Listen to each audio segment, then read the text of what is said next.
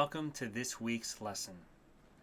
I know many of you are sitting at home and maybe you're a little bit bored. So I hope this week's topic will help you to understand why it's so important that we all stay home and do our part during this difficult time. So let's jump in. If you haven't already, please go to my Google Classroom and please open today's materials. You can find this document titled Flatten the Curve in this week's lesson materials. This week's lesson has two main topics or ideas. The first is social distancing, and the second is flattening the curve. Maybe you have heard this expression, social distancing, on TV news or on the internet.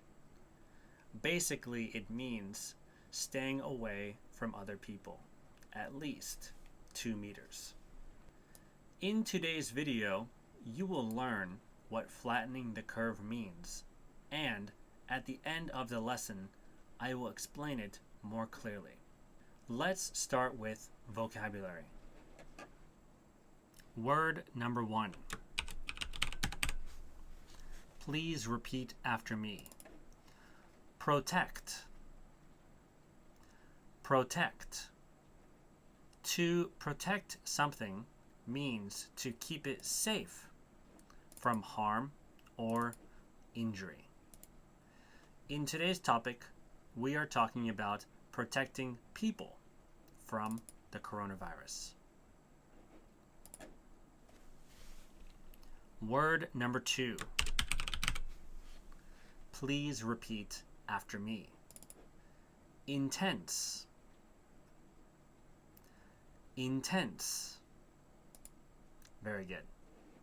Intense means of extreme force, degree, or strength. In today's topic, we will use the word intense with degree, or the degree to which coronavirus has spread. One quick note about vocabulary in these online lessons. Normally, I will stop the class and ask the students to translate into Japanese, but I won't do that in these online lessons. So please, when you don't understand any words, please pause the video and check them in Japanese for yourself. Okay?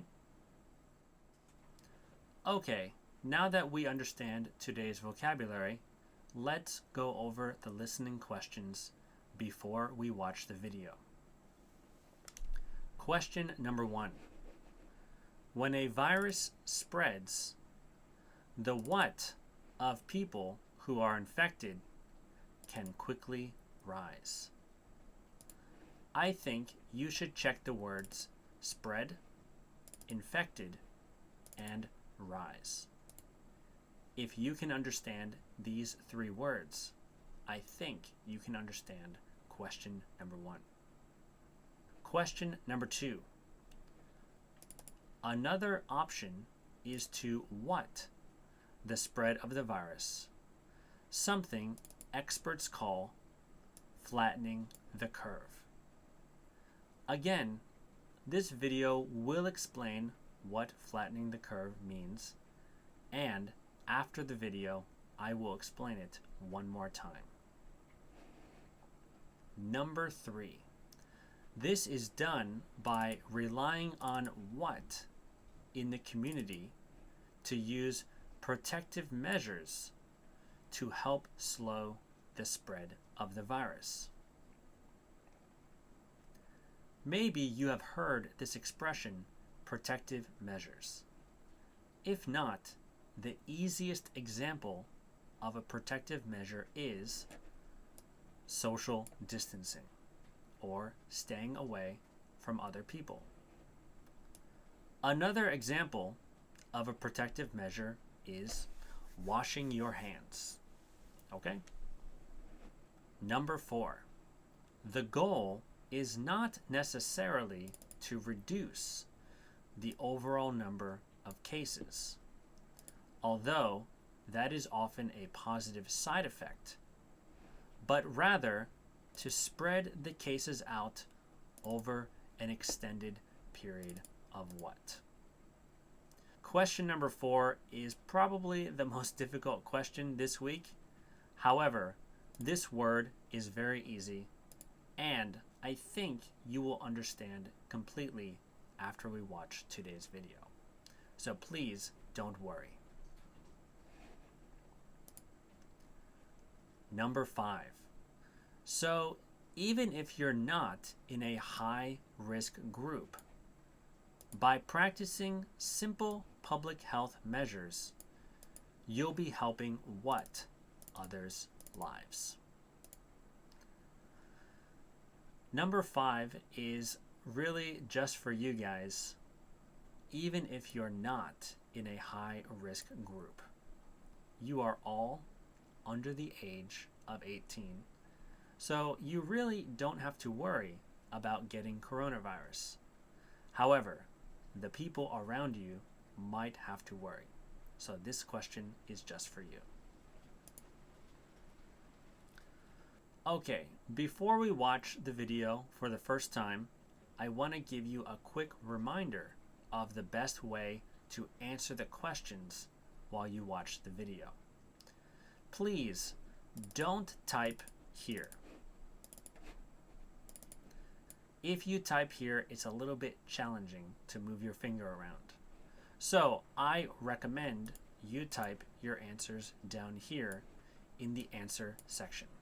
It's much faster and much easier. Okay, are you ready? Please listen now. Every country facing a new epidemic asks, how big is this going to get and how fast? When a virus spreads, the number of people who are infected can quickly rise. This sharp increase can overload the healthcare system with sick patients who need intensive care. One solution is to increase the healthcare system's capacity, whether that's by building hospitals, training additional doctors, or buying more equipment. But that takes time and resources, which countries don't always have during an epidemic. Another option is to slow the spread of the virus, something experts call flattening the curve. If you look at the curves of outbreaks, they go big peaks and they come down. What we need to do is flatten that down. That would have less people infected. That would ultimately have less deaths. This is done by relying on people in the community to use protective measures to help slow the spread of the virus. What kind of protective measures? We're talking about the basics: washing your hands, sneezing into a tissue or your elbow, avoiding large gatherings, and staying home if you're sick. Closing schools and canceling events can also help slow the transmission of the virus in areas where there's community spread. The goal is not necessarily to reduce the overall number of cases, although that is often a positive side effect, but rather to spread the cases out over an extended period of time. This means the healthcare system will be able to treat critical patients as they come in and better cope with the strain that outbreaks place on the medical system. So even if you're not in a high-risk group, by practicing simple public health measures, you'll be helping save others' lives.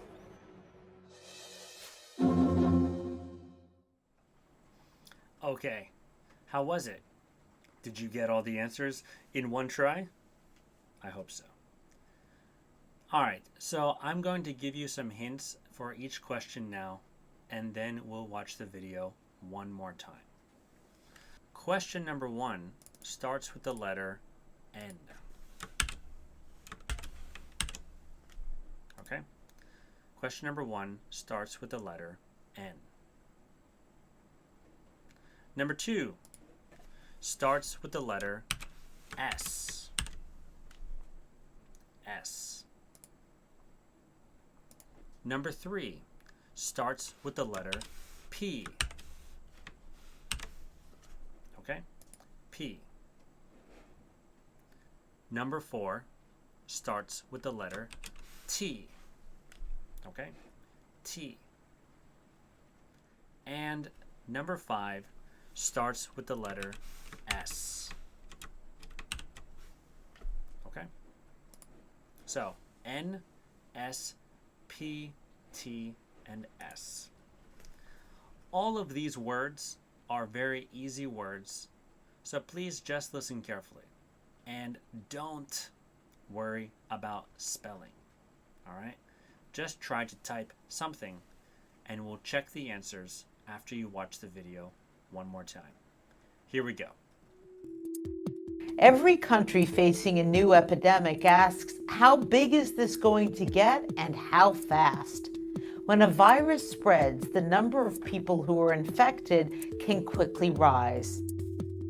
This sharp increase can overload the healthcare system with sick patients who need intensive care. One solution is to increase the healthcare system's capacity, whether that's by building hospitals, training additional doctors, or buying more equipment. But that takes time and resources, which countries don't always have during an epidemic. Another option is to slow the spread of the virus, something experts call flattening the curve. If you look at the curves of outbreaks, they go big peaks and they come down. What we need to do is flatten that down. That would have less people infected. That would ultimately have less deaths. This is done by relying on people in the community to use protective measures to help slow the spread of the virus. What kind of protective measures? We're talking about the basics. Washing your hands, sneezing into a tissue or your elbow, avoiding large gatherings, and staying home if you're sick. Closing schools and canceling events can also help slow the transmission of the virus in areas where there's community spread. The goal is not necessarily to reduce the overall number of cases, although that is often a positive side effect, but rather to spread the cases out over an extended period of time. This means the healthcare system will be able to treat critical patients as they come in and better cope with the strain that outbreaks place on the medical system. So even if you're not in a high-risk group, by practicing simple public health measures, you'll be helping save others' lives. Okay, could you get all the answers? I hope so. So let's check the answers very quickly, and then I will go over each sentence and what it means for this topic. Number 1, the answer is N-U-M-B-E-R. Okay? Number.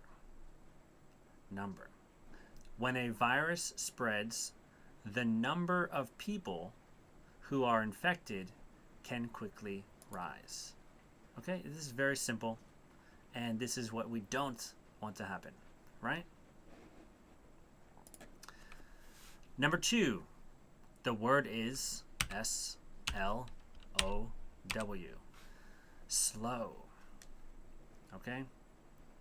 So number 2, another option is to slow the spread of the virus, something experts call flattening the curve. Again, after I go over these 5 questions, I will explain flattening the curve a little bit more. Number 3, the answer is P-E-O-P-L-E, people. All right, this is very important and one of the most important points of today's video. We are going to rely on people in the community. Us. Okay? We're going to rely on ourselves in the community to use protective measures to slow the spread of the virus.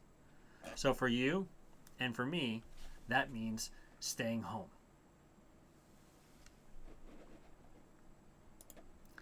All right, number 4. The answer is T-I-M-E. Time. All right. Again, number 4 is really long, so I will explain number 4 in detail after I finish. Finally, question number 5, the answer is S-A-V-E, save. All right? So even if you are not in a high-risk group, right, because you are under 18, by practicing simple public health measures like washing your hands and staying at home, you'll be helping save others' lives. All right? And this is really the reason I wanted to talk about this topic. I know it's really difficult to stay home, and I know it's really boring and you want to go outside and enjoy with your friends. But by staying home, seriously, you're helping to save others' lives. So thank you. I quickly want to explain what flattening the curve means. So let's look at a graph together. Here is what flattening the curve looks like on a graph.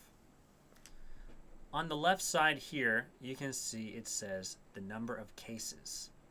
This means the number of people who are sick. And on the bottom here, you can see it says time since first case. So for Japan, that would mean since January. Now, there are two possibilities on this graph. The first one is this red graph. This one is without protective measures. If we don't stay home, if we don't wash our hands, if we don't practice social distancing, the number of people who will get coronavirus will go up very, very quickly. However, this blue graph is what will happen if we stay home, if we wash our hands, and if we practice social distancing. Why is it important to spread these cases out over a longer amount of time? Finally, you can see this dotted line. It says the healthcare system capacity. This means the number of hospitals, the number of doctors, and the number of nurses. If too many people get sick too fast, there are not enough hospitals for everyone. However, if the same number of people get sick over a longer period of time, then there will be enough doctors and nurses and hospitals for everyone. And that will reduce the number of people who will get very, very sick and maybe die. I hope seeing that graph helped you to understand what flattening the curve means and why it's important for you to do your part even if you're at home. Finally, let's look at the writing questions for your homework. Writing question number 1. What have you done to help stop the spread of the coronavirus? Please share some examples. If you haven't done anything, what are some things you can do from now on? So I guess most of you have been staying home. So please just share what you've been doing at home with your family and with your friends. Maybe you've been playing online games, or you've been doing video chat, or most importantly, you've been attending online lessons. Okay, so please share what you've been doing. And if for some reason you've still been going out and enjoying yourself a little bit too much, from today, what are some things you can do to stop the spread of coronavirus? Question number 2. Is there someone in your life or in your friend's life that social distancing would help? I would like for this topic to be a little bit personal for you. So please think of 1 or 2 people in your life who would have a challenge if they caught coronavirus. I know my father and mother are a little bit older, so I really don't want them to get the virus. So please think of someone in your life that social distancing would help. All right, you made it to the end of the lesson. I know this is a little bit different from my normal lesson, and I hope it wasn't too difficult to do this on YouTube. But this is a learning experience for all of us, me too. So if you have any questions or any trouble, please send me a message in Google Classroom. If you enjoyed today's topic, please give the video a thumbs up. And if you have any suggestions for how I can make my videos better, please leave a comment down below. All right, enjoy your week. See you.